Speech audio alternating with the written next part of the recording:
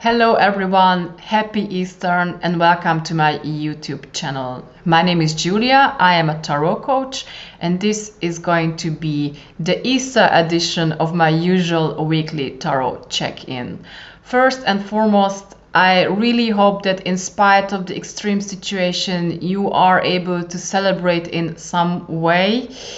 We are living very difficult times, and I hope that in spite of this, again, you are able to celebrate in some ways.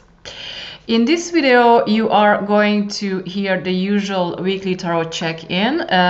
As always, I have asked the three usual questions. What is the main energy of the week? What are the risks and potentials? So where do we have to pay attention to? And last but not least, what is the advice of the cards regarding all this? Before I get started, I would like to emphasize, as always, that this is going to be a general reading and forecast. And with this, I would like to encourage you to create your own meaning by picking up what resonates with you. I keep this forecasts always on purpose at a meta level, giving you space to pick up what resonates and to create your own meanings. Tarot is a representation of a collective symbol system. However, it is also very personal and very individual, and this is why I also encourage you to take a look at the cards, and in case you see some symbol or some relation that you feel that it speaks to you, you are welcome to take it as a sign and take it away as well. Okay, having said all this, let's get started. Well, ladies and gentlemen, the next week ahead is signified by number 11 in the Major Arcana. This is the Justice card, and this is completed by the Two of Swords. I would like to show you these cards right now in front of the camera because I would like you to observe the cards and see the similarities. We see a kind of a stuck position in both cards, and they both represent a kind of being really sit down and kind of being unable to move on. But first, let me start with the Justice card. This card is the card of the karma, justice, the law of attraction and cause and effect. And this card reminds us that what goes around comes around. And for this reason, whatever we think and feel is very important because it's going to find its way back to us. And it is also about consideration and also different mental concepts. Let me emphasize now this consideration aspect. If you take a look at this scale, it represents that we are considering something, a decision has to be made, we are not really sure how to decide and how to move on regarding a certain situation. And I think that this is a very important aspect in this case because this is completed by the Two of Swords, which is also about a kind of balance situation where we are supposed to take a decision, but we don't really know which way to go. As you can see, these two swords are in perfect balance, and this is a sign that, again, we don't really know how to decide. And the reason for this may be our blindfoldedness, right? This figure here is blindfolded. And I also would like to remind you that the Justicia, the goddess of justice, is also often represented blindfolded, right? So these two cards together tell me that the next week ahead is going to be about taking a decision, not really knowing how to move on, considering things and yeah, kind of being stuck with all this. So this is one aspect of these two cards, but there is also another interesting aspect, which is about this rigidity again. I've already told you, I think in some other videos, that the Justice card is also about mental structures and concepts that are there in order to serve us, and they help us to orientate in life. However, if they become too rigid, they can also mean blockades at some point. And I think that in this case, they may also represent blockades as well, because in the next column, which is about the risks and potentials, we have the card of the Tower, completed by the Nine of Swords. Let me first talk about a bit about the Tower. The Tower represents a situation where something very unexpected happens. It's kind of like coming out of nowhere and being very unexpected. It can be really shaky. It can represent a situation when you think something regarding the situation and it turns out to be not to be true. It turns out to be an illusion. And in extreme situation, the Tower experience can be also a very life-changing experience when something very shaky, very unexpected happens that really shakes you deep down to the core, because it really destroys your whole paradigm in extreme situations.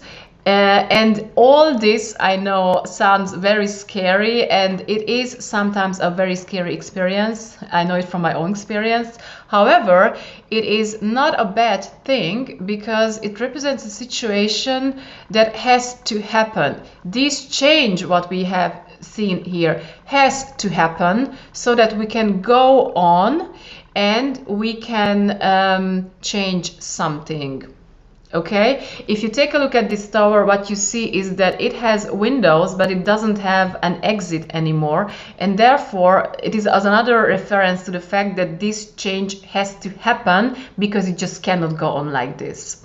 And therefore this card is all about transformation, even if it is, yes, it's coming from outside, from an external source, and it's also kind of violent in some cases, but at the end of the day, it is about transformation, change, and waking up.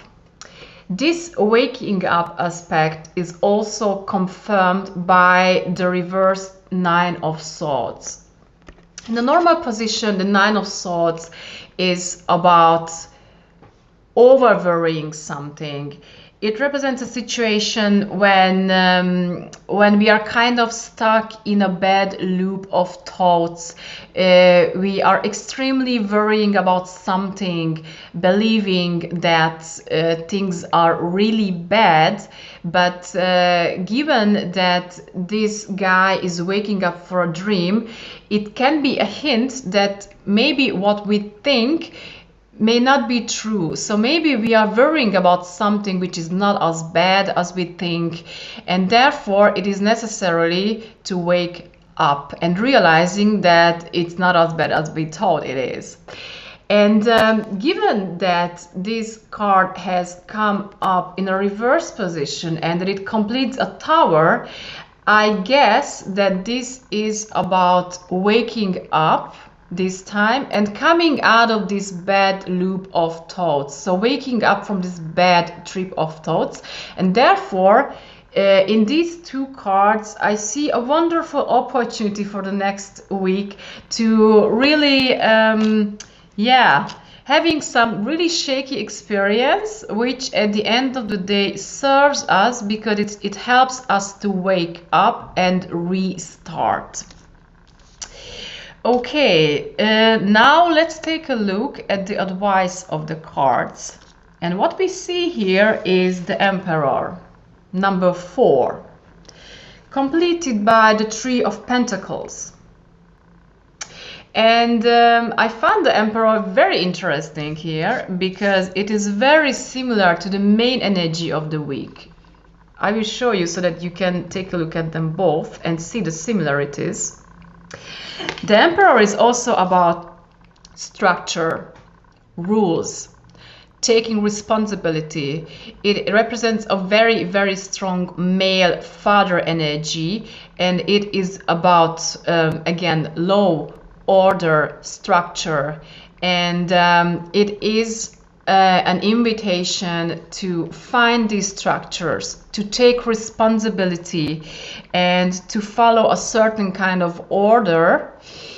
And given that it is completed by the Three of Pentacles, I think, again, that these two are about following structures, following the rules, and trying to cooperate.